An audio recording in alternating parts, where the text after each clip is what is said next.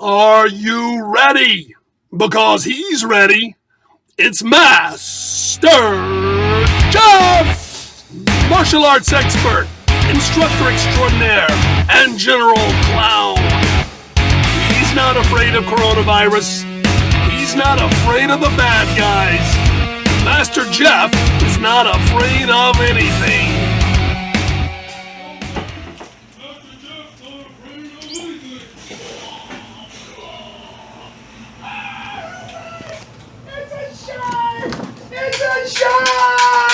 Don't worry, Master Jeff. There's not afraid of anything. I'm not ready! I'm cut! I'm cut! I'm not ready! Cut!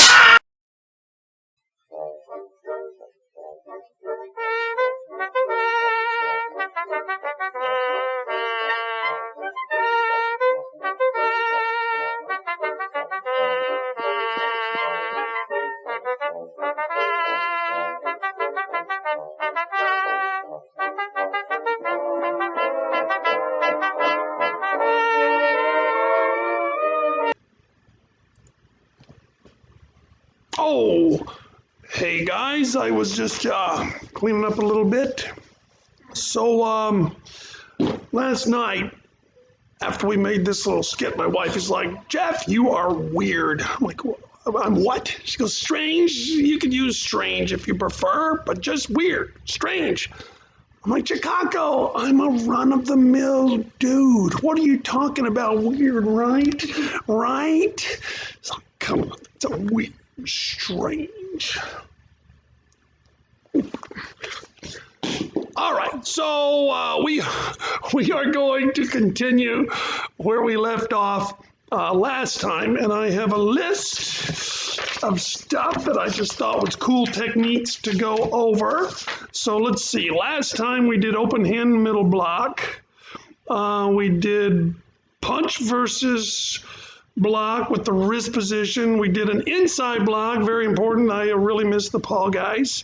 We did a side kick ready. I've done the Pyongan One hammer fist before. If somebody leaves it in the comments that they want to see the Pyongan One hammer fist again, I will do it, no problem. Also, the Pyongan 4, after your side kick elbow, you come to a horse stance. Master Settles addressed that the other day, but once again, if you want to see that one, leave it in the chat. And then also the double block in Pyongan 2 and Pyongan 4, actually. I've been over that before, excuse me, and Master Settles went over it. But I think I'm going to detail it again because I think both of us left out a few tiny details, so I'll try to make sure I get everything this time.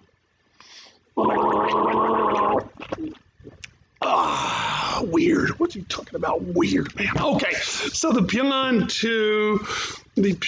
2 double block when we first start. Let me get about right here.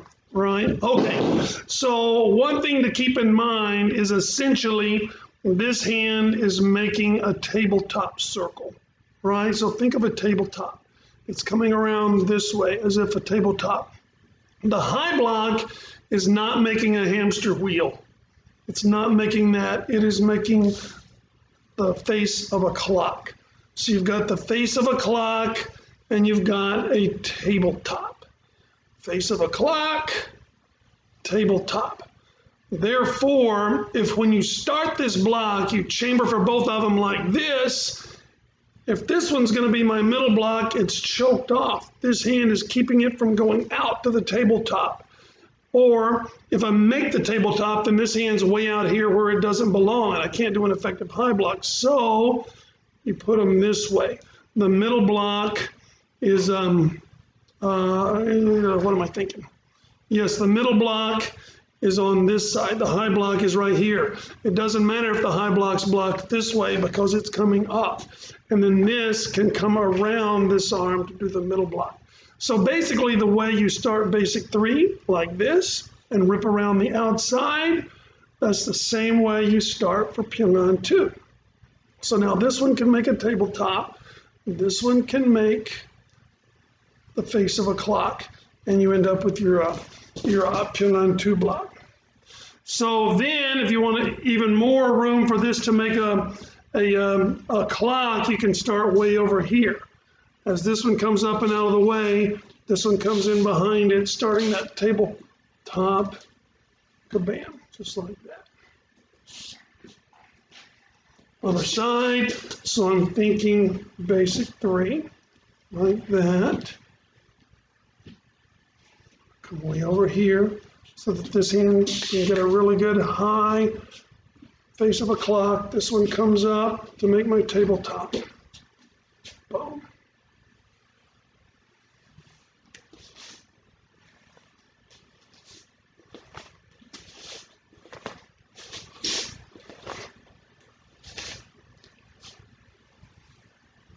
And remember the flip thing we talked about? I do it on this one too.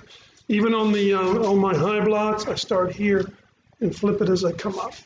Basic 3.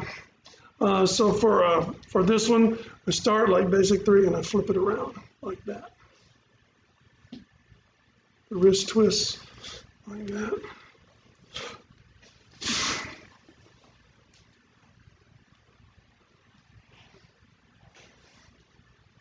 So there's a way to get your Pyongan 2 looking really, really snappy. Let's see what else is on my list.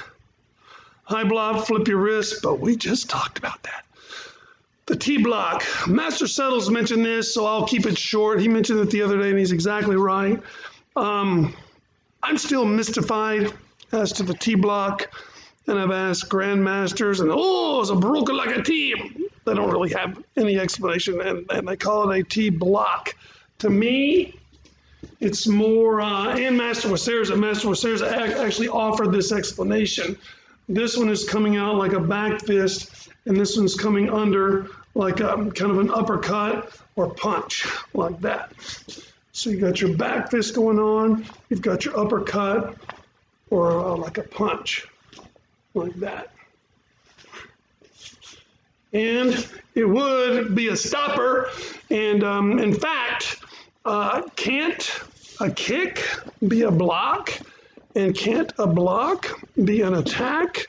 I mean, since Zoe is here anyway, let's say she punched me with her right hand, I could gently move out of the way like this, or she could punch me and I could block it like that. So with my block, I attack her attack. I attack her punch. So yes, a block can most certainly be an attack.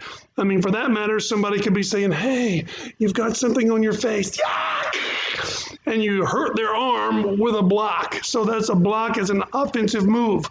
On the other hand, if a bad guy is running up to Zoe and she does a side kick to stop me from coming in, well, her kick has become a block, has it not? She's blocking me from attacking. And how many times do I shout out during sparring, keep them back with side kicks, push them back with a side kick. It's a defensive move. And maybe it hurts at the same time, but it's nonetheless a defense. And so I suppose a T-block, somebody's coming at you and you give them a little uppercut and a back fist simultaneously, it could still be a block. It's a couple of offensive moves, a couple of attacks used as blocks. So let me see here. That was the T block, the Pyongan 1 hammer fist. We talked about that. Anybody wants to see it? It takes a little explanation, but if you really want to see it, the Pyongan 4 when you do your side kick elbow. So after first of all, after the side kick, it's one of my pet peeves. People are in this side kick ready, they kick and they just fall straight ahead for their elbow, and this is what you get for your elbow strike. And it's just kind of they just kind of bump and boom, they're in a horse stance because they're kind of already in a messed up horse stance, and then they land there. So they do their side kick, their elbow like this, and then nothing really happens. When you do that elbow, you should be in a shoulder width apart front stance. So after you step down from your back stance, your feet should be shoulder width apart. And then there are, the way Master Settles presented it, what's obvious, if you could come here for your horse stance, or you could come here. But then he said there's also a third choice of compromise. You bring both feet to the middle of the line, and he is exactly right about that. The main thing there, folks, I mean, you mess up your horse stance ready, that's one thing. But you don't want to waste time with a crappy technique. So when you're doing that elbow, land in a front stance and commit. Commit to the front stance. Get your whole body straight forward and lunge it in there. So I got my side kick ready going. I'm doing my side kick and I step this way. So my body has to twist this way. And then I split the difference for my horse stance. Like I said, Master Settles did a pretty good job of explaining that. Maybe I touched on a few details that he omitted. I don't know. Excuse me, ma'am. Yes, Mrs. Zoe is saying I should look for some comments and questions. I will do that. Fernando, what's up, dude? Seth is right next to. Oh, I was not expecting the intro. Yeah, we had such a fun time shooting that and making that video. The biggest problem was not cracking up, you know, because I'm supposed to be in there like I'm serious, but every time Zoe would come in with the camera, I'd be like, ah! I mean, I'm sitting there in bubble bath in my taekwondo top. So it was very difficult not to laugh. And then, of course, Soren and Ezra were following us around, so they were like in the first 10 shots that we had to discard. It was really fun to make, though. I'm glad you guys enjoyed it. Master Jeff, you are too funny. Thank you, sir. I really like incorporating some humor. Some people have warned, no, it should be martial arts should be like serious and dreadful. No, man, just make it fun, bro. We get serious enough. I think there's a room for fun, and especially in this environment, man, a good laugh is some good stress relief. Okay, let's see here. Crane Boys are here again. All right. You guys on the couch. Yeah, that was funny. Was anybody? MJ just coughed. I choked on water. I'm not really. Just kidding. That was a fake sneeze, bro. No, I'm not sick. I'm good, man. I'm good. One person said, where is Ezra? Where's Ezra and Seven? Ezra is in there. She's hanging out. We don't have much for these guys to do in this class. Zoe is hanging out as usual because she likes just being here in case something comes up that she can do. If you do the elbow without the side kick, does it have the same power? Rodrigo, does it have the same power? That's actually a really good question. Arguably not. So you've taken a combo and turned it into an energy generator for your elbow strike. I think that's a very poignant question. That means you're thinking like a martial artist. But and I guess it would depend on how you did the elbow. And I guess you could, if you're just in a static stance and you're trying to elbow, then I absolutely think the side kick ready is more powerful. If you were talking like skipping forward like this for the elbow, well, then maybe you could match the power. But yeah, right after you've done this side kick, you're setting down and you're moving forward. Absolutely. I think it could be a stronger elbow.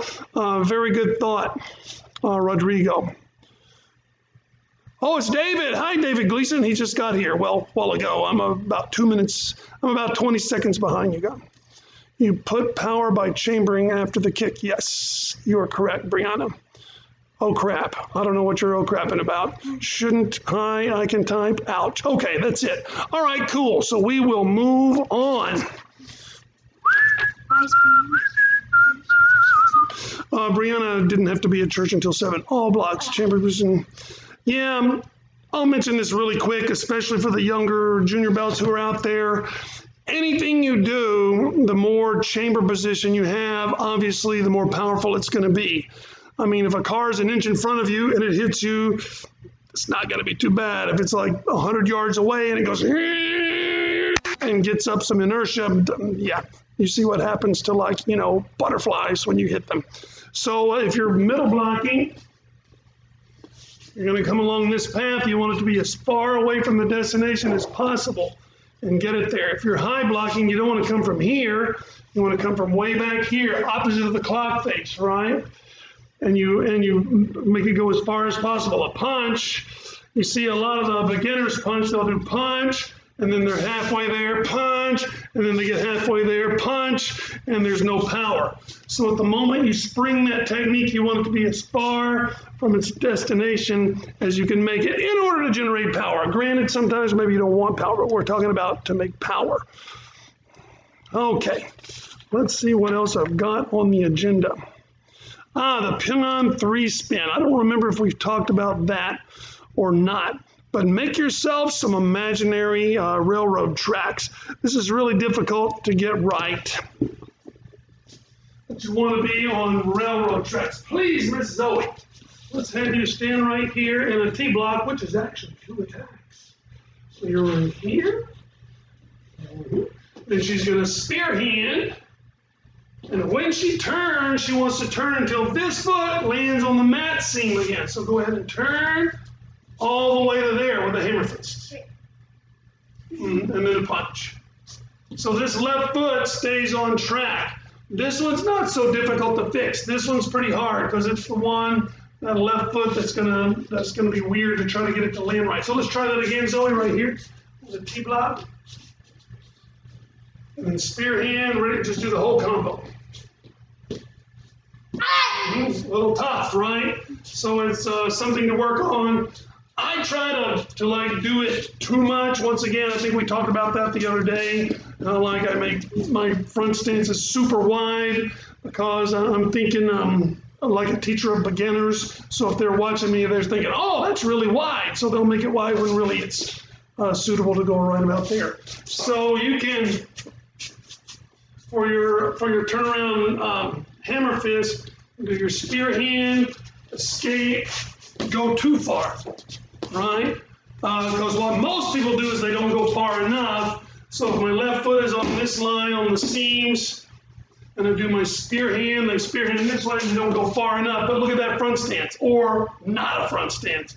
And look how far I am off this line where I started. So it's good practice to try to just exaggerate it. You're right there, spearhand, turn, exaggerate it, punch. And then it's just a matter of target practice when you try to get it right on the mark. Spearhand, turn, hammer fist. Oh, I stepped too far again.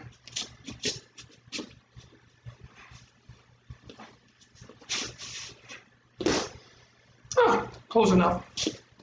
And once again, nobody's going to get a micrometer and come over and measure your steps, but ideally, you want to be like on 2 railroad tracks with that combo in Pin-On 3. And what else did I have in here? Any kick, yes. Control, return. So another thing you see common with beginners is they're just out of control. They do their kick and they don't know where they're going. I can't even imitate it good. I shouldn't be demonstrating bad kicks anyway. But somebody will sure as heck cut out that one little section and they'll say, well, here's Master Jeff Wade kicking. So we want to have control of where we are. If we want to go forward, we want to be able to step forward. If we want to go back, we want to be able to go back. If we want to kick twice, we want to be able to kick twice. Or decide to kick this way, and then wherever we want to go. This includes turnaround kicks, especially like a hook kick or a turnaround crescent kick. So it's really difficult, but after that turnaround hook kick, you want to land composed. You got the hook kick, you land composed. You got the hook kick, you land composed. Ready to go. Really difficult, but any of those you want to land composed. All right, when I get out of breath, then my voice dries out and I can't talk. So it's time for our slideshow features. There again is those Fernandezes who are chilling out eating eggs. Oh, I'm going to remember that, Fernandezes.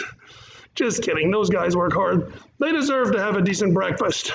Oh, and look at that Jubilee. Always sharp.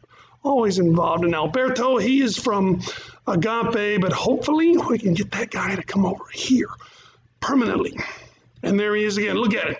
He's got his hands on his hip. He's watching those critically. That's so awesome, man. I love it. And Fernando Rodriguez, look at those feet, dude. He's got them in just the right position. Remember how we talked about the foot width and bending both knees and then having that back foot up vertical? Fernando has got it, bro. Very nice, Fernando. And as usual, the Knott sisters. Wait, are they bickering here? They don't seem to be bickering. Oh, good Lord. All right, Miguel, we gotta clip that. That's the Knott sisters not bickering. Look at that, amazing. And there's the Spanglers, Isabella and Gregory. I know you love each other, Knott sisters. You only yell because you care. Woo! And there's Beatrice. Look at that kick, bro. Yeah, we need to freeze frame that bad boy and get a picture of that for her. And there's the Cranes, you guys from Pace know these guys, Andrew and Everett. They're tearing it up. They're going to be here tomorrow for the Pace class at 9:30, bright and early. Bright and early. Good Lord, I get up at 4 in the morning. Actually, I leave the house by 4. I get up like at 3:50, and I'm on the road on my bike. You know what I'm going to do? I'm going to take a GoPro with me sometimes and let you guys go with me. And there's the Bravos, Andrea and Matthias. Focus and concentration. There's the Danos, Vivian and Bertrand. Serious as usual. I would not recommend practicing on a tile floor with socks. Recommend against socks anyway. Even if you're in the grass or something, socks just slide right off your feet. So if you catch them just right on something, you fall over. And on the tile floor, of course, they slip like crazy. Oh, and there, I love it, man. Miguel's kicking bag. Oh, yeah. That is so cool, dude. Kudos to you, Mr. Miguel. And there's his target. There's a close-up of it. It's just one of those wiffle ball bat kind of a things. And as you can see, that's a white belt holding it up there. That is so cool, dude. There's the distance shot of it. So you can practice like tapping it. You know, you tap it, tap it, tap it. And try not to let it go crazy and get away from you because you're practicing your control. Very nice. Oh, and there's the Fernandezes again. Very hard workers. They deserve some eggs. All right, so let's get back to business. Railroad tracks, kick, control, yes, spinning hook kick. You guys know the bend straight and bend thing and land frozen and composed. Some of these I've been over before. If you didn't catch it, leave something in the chat and I'll come back. Front leg, hook kick, pre-twist while we're going. We went over this like I think the first live stream, the first or second live stream. Still just the same. Comment in the chat if you'd like to see it again. Collar grab, strike, pull back. Master settles. Covered this one day. But in Phenom 4, it's easy to miss. You're hitting somebody like right in the collarbones. And as they're falling back, you're grabbing their collars and pulling back. So you want two actual palm strikes and then a grab and an actual pull back. And also on any pull back or any combat, you don't want your elbows out like this when you pull them back. You don't want your elbows out like that.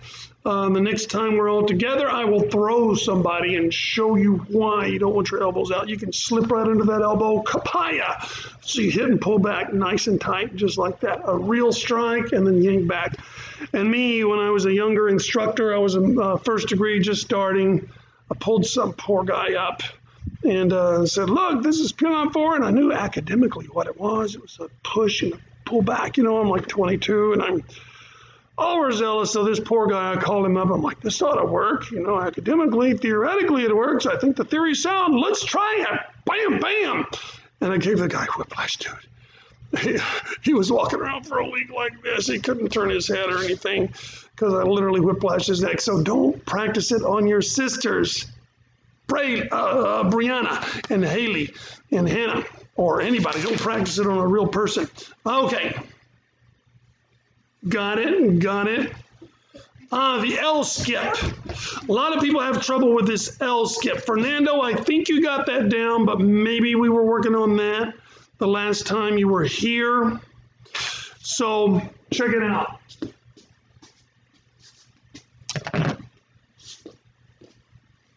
First of all, the skip.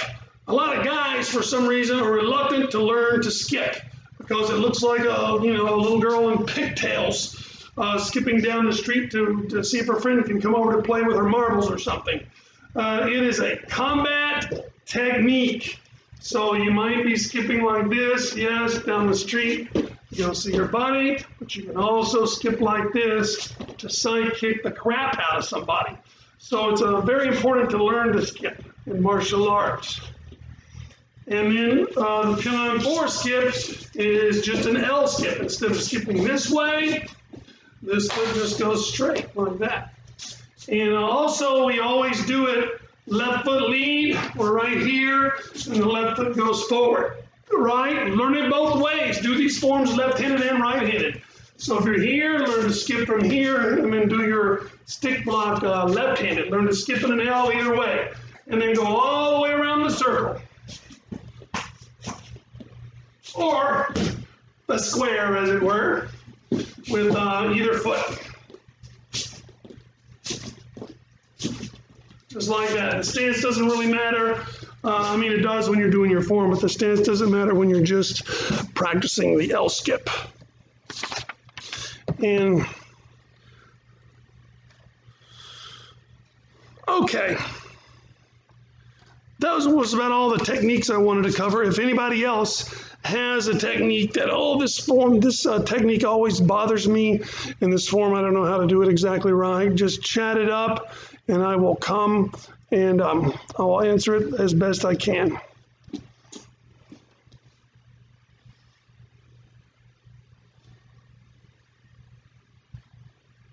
There's no basic 4, correct. The not dorks, sometimes.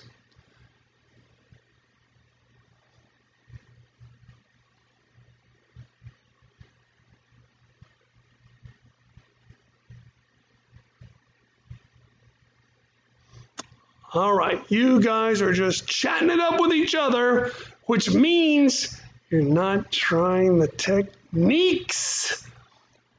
Oh, Mr. Borja, good to see you, sir. Well, good to be having class with you.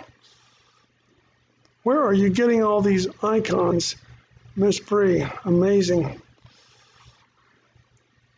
All right, so then we will do some kick practice with a chair. Did I see Master Settles doing this the other day or prepping to in one of his classes? I didn't see it, but he was looking for a chair. But a chair is great for kick practice too. Stand by.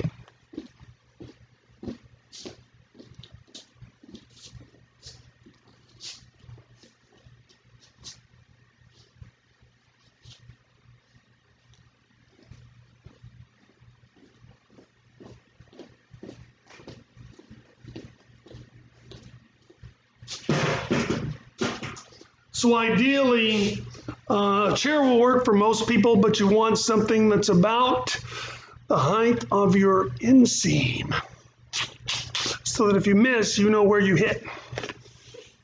But anything will work like this, just to get the concept. So for your roundhouse kick, you want to kick over the chair.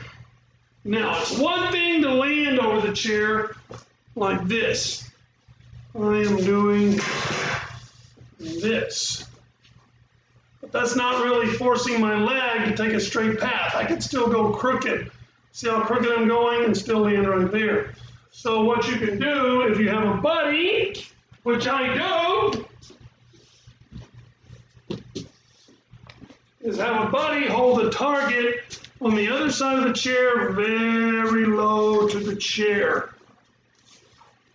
Right there. So now, if I go in a crooked line, yes, I'll be over the chair, but I'll miss the target. So if I want to go a straight line and hit the target, now I've got to go over the chair like that and hit the target. And to make it more challenging still, she can back up. Now the early part of my kick needs to be perfectly horizontal. So I need to come up way back here and go horizontal. And you also want to be able to come back over the chair, right? And in this case, Zoe's standing about right there. So by the time I get there, it's lined up with my feet. Makes sense? I hope so. Now Zoe's going to try it. So for Zoe, this will be a lot more difficult because this is actually higher than her inseam. She could not straddle this chair like I can with no problem. So she's going to have to really do a high roundhouse kick and keep it horizontal if she wants this to work. Do it easy first to make sure you don't rack your shin. Ready, set, go. Good. Just make sure it's horizontal or you will hit that chair and it does not feel good. Then you can fire it up. Just make sure it's horizontal. Woo! See that now? A little softer right here.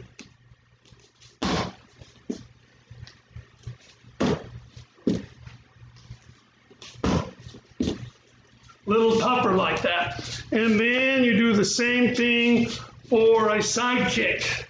So with the side kick, you just stand right at it. It's really easy actually. You just come right here, go right over the top. This will make sure that you are getting that foot up, your knee down, and your knee back. Because if my knee is not back, I come up and I hit the chair. So I've got to get my knee back so my foot's out of the way, like that. And then I've got to clear it in a straight line. So coming up, and over, coming up, and over, up, and over. Just like that. Great way to practice your kick. You could kind of do this with a front kick also. But your front kick does have to come up in the front to a certain extent. You can't really get close to the chair with a front kick like that. But it still applies.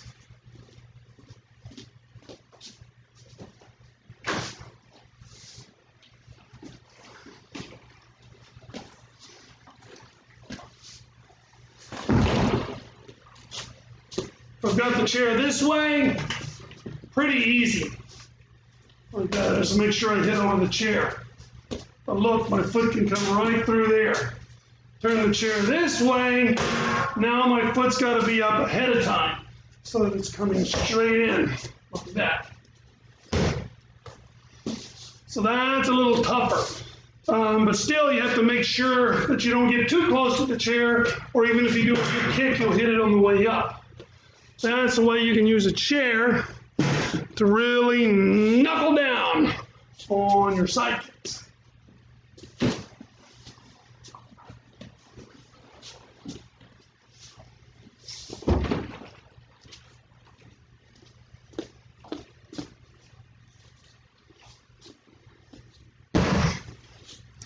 Now, everybody's been, they're chatting too much. But we've had a few questions, Matilda. We have hand sanitizer, vodka, and YouTube. Oh, water and YouTube, thank goodness. Pyongan 5, please. Hannah wants to see Pyongan 5. Cool. The beginning of Pyongan, yes, sir. It's the part it's the part with the step kick that I have trouble with. Okay, Pyongan 5 and Pyongan. Okay, very good. So Pyongan 5.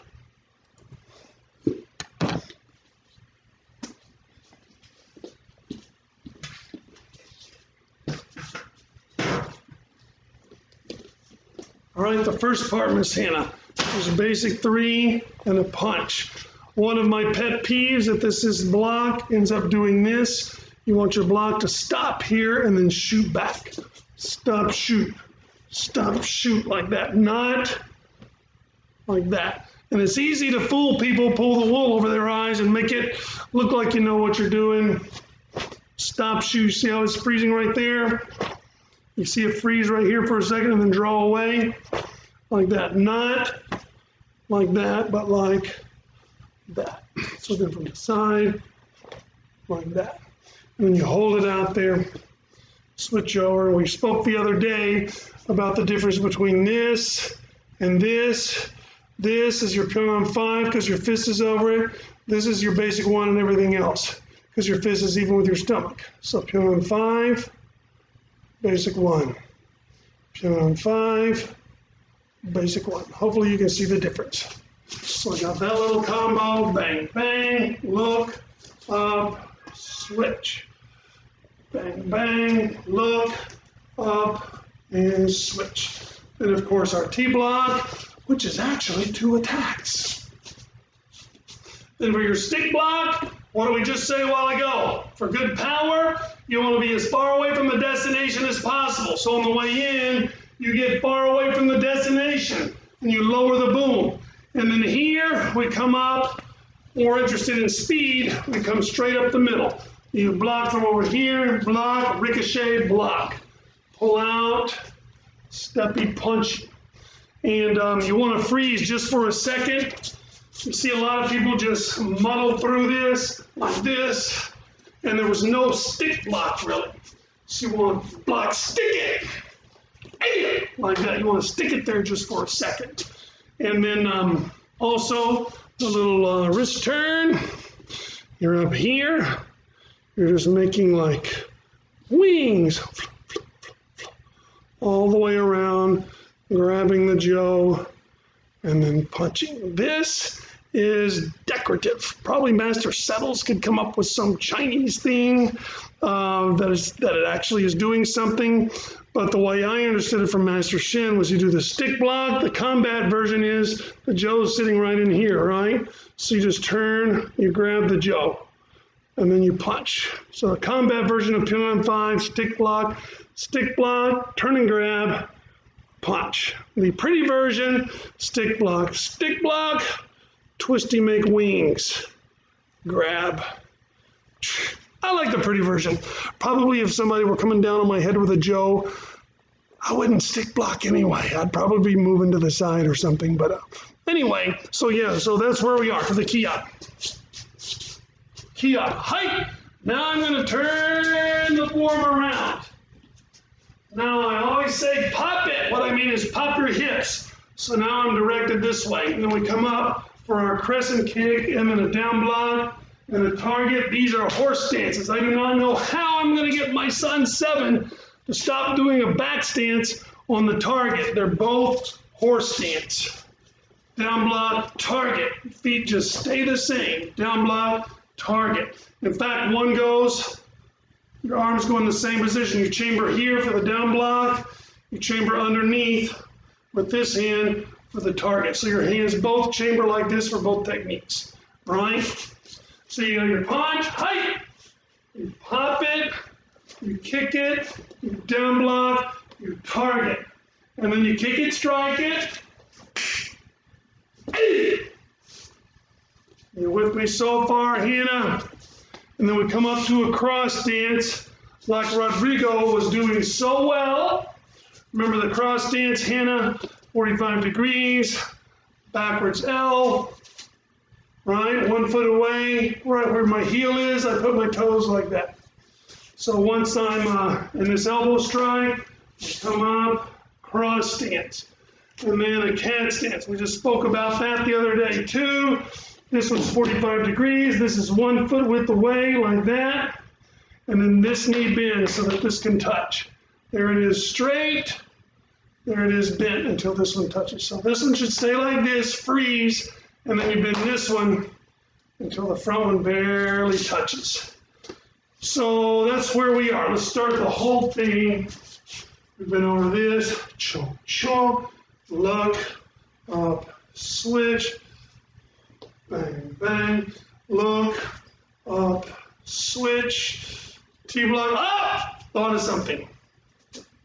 When you're coming up, get this knee up in the front, not this. No, not here and step up like this. I pick this knee up. I like to keep my foot right on my leg, like this. So I just went bang, bang. I look, up, down, switch. Bang, bang, and look, up, go straight down my leg. Switch, and then we have our T-block. Big chamber, stick block, stick it. Butterfly twist, height, pop my hips, kick, down block, target in the same horse stance, and then I kick it, strike it, still in a horse stance. Then I come up, cross stance, cat stance, about which we just spoke. I jump up, right foot stops, the left foot goes behind. Essentially what you have here is a cross stance. And I bend my knees. And then up, T-block. And then there leads to one of my biggest pet peeves. People don't commit to the spear hand. And it's all in your, when you're doing a 180, go in the opposite direction, it's all about your front leg, which is going to become your back leg for the spear hand. So if my T-block is here, making the spear hand count is about this leg, this leg, my front stance leg. So when I turn, what most people do is they don't fully commit this leg.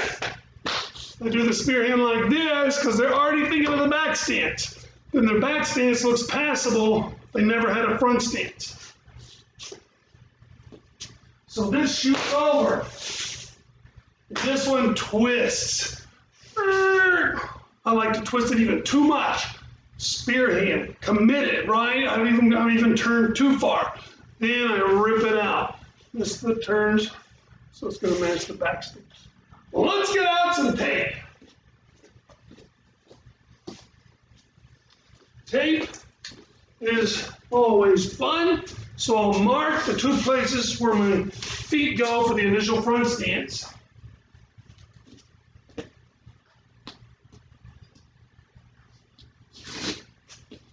Joey, would you mind giving me another little strip up?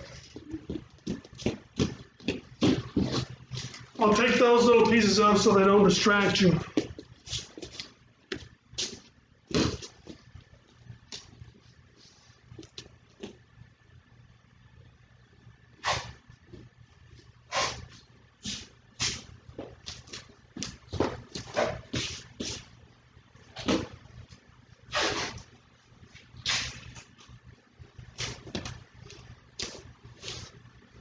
So there's my first front stance. You see that? The first front stance. When I turn this way, I need a front stance that's shoulder width this way. So my front foot, now my new front foot goes here. Right? So you see the triangle? You see that? And in my back stance, I want here. See those marks? This one, these two, and this one.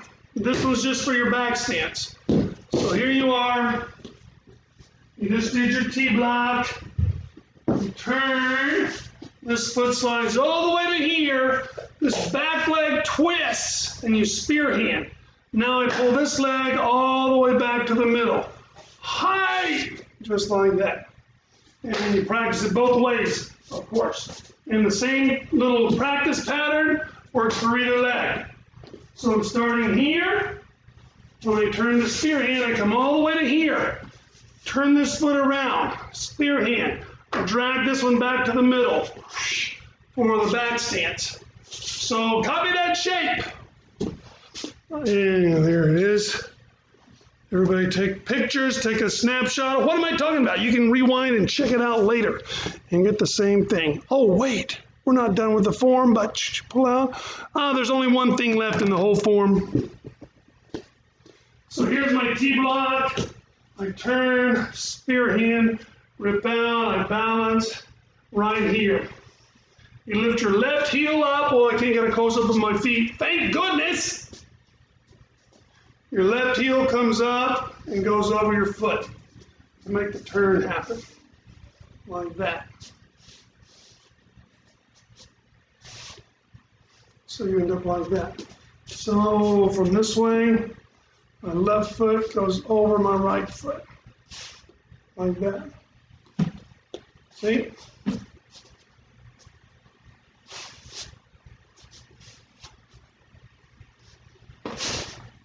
And you can use your arms to actually to get some momentum. Like this. And then you just do the spear hand rip out again, following the same little practice pattern there.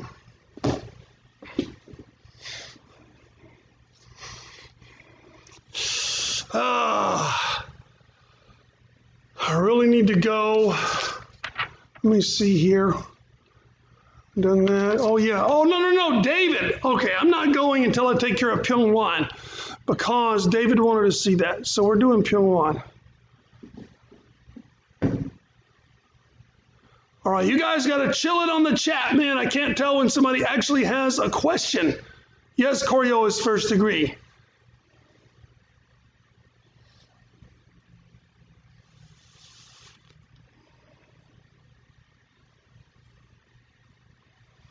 All right, so David Gleason, I hope you're still there. Of course, yeah, he was there a while back. Okay, so David, I hope you're still there. We'll do Pyongwan anyway. And did he have a specific question on Pyongwan? Sorry, let me go back and look. David Gleason, Jayapu. David Gleason, Jayapu. Master Yapo, man, it's Yapo. Get my name right.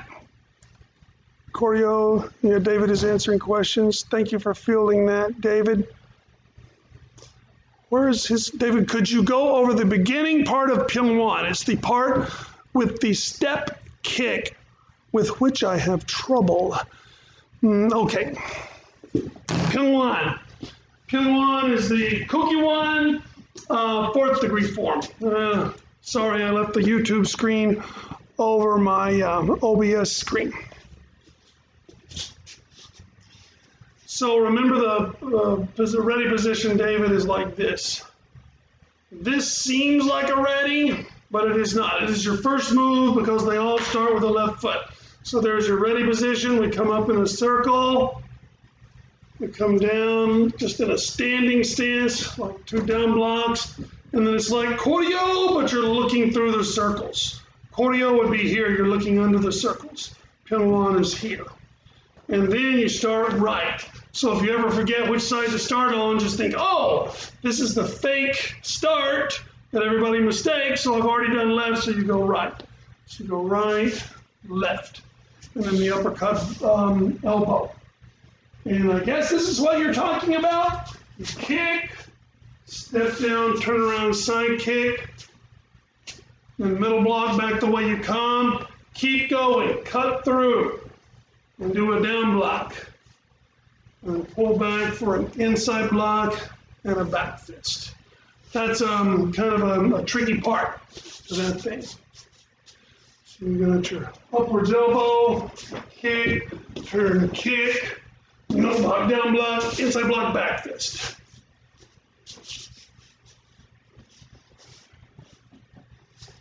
Kick, turn around, side kick, middle block, down block, inside block, back fist.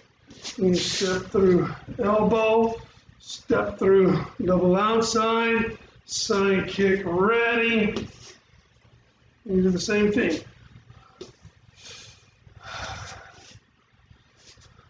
Side kick, upwards elbow. And then you do a little combo on this side. Front kick, step down. Side kick, middle block, cut through, down block, cut through and chamber, inside block, back fist, double elbow, double outside, side kick ready, kick, move your foot over, elbow. And that is the whole form. I hope that clarifies for you, David. It's kind of hard to do those in slow motion. So let me make sure I didn't have anything else on my agenda. No, I'll give it about 20 seconds to see if anybody else has a question because I'm running about 20 seconds behind. Excuse me. Mm-hmm. Oh, yeah. 7, 6, 5, 4, 3, 2, 1.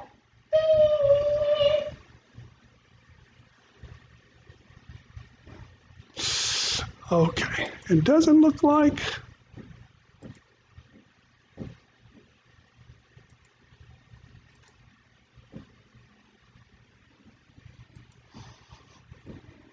Okay, looks like everybody's cool. So guys, that is it. Thank you for coming. I got a class tomorrow. We're going to have all classes next week. I taught Tuesday and Thursday today. We'll have classes every day next week. Same as the dojo schedule, every day but Friday. PACE people, you are most certainly welcome to be there. And that'll be the last week before qualifying. Now's the time you qualify, folks, not during qualifying week. And we are going to qualify and we are going to test. For whoever has the gnarlies, to stick with me and just do this thing. And then we're going to have some serious bragging rights when this thing is over. And it will be over. Everything's over eventually, right? Wait. Somebody has something. Wait. Thank you, Master Jeff. Thank you. Wait.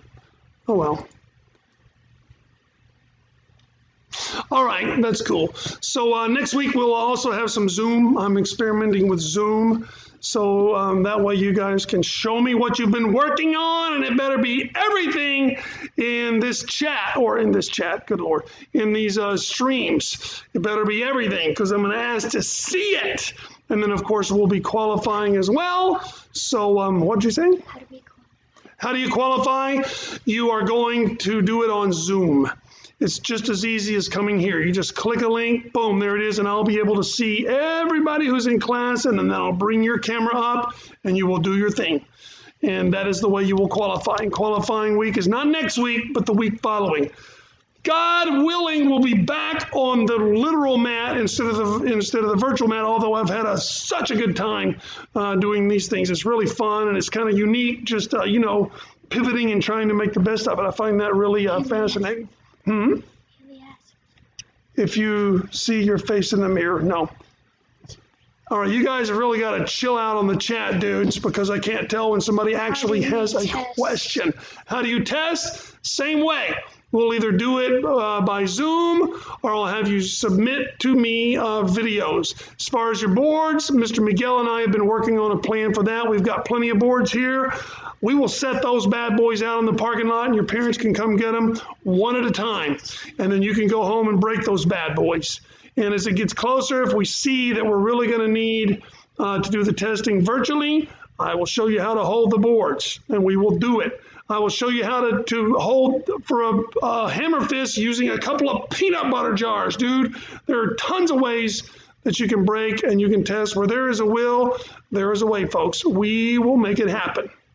All right, so I will see you guys tomorrow, 9:30 a.m. for the PACE class. And do you want to say goodbye with me, girls? Bye. We are out of here!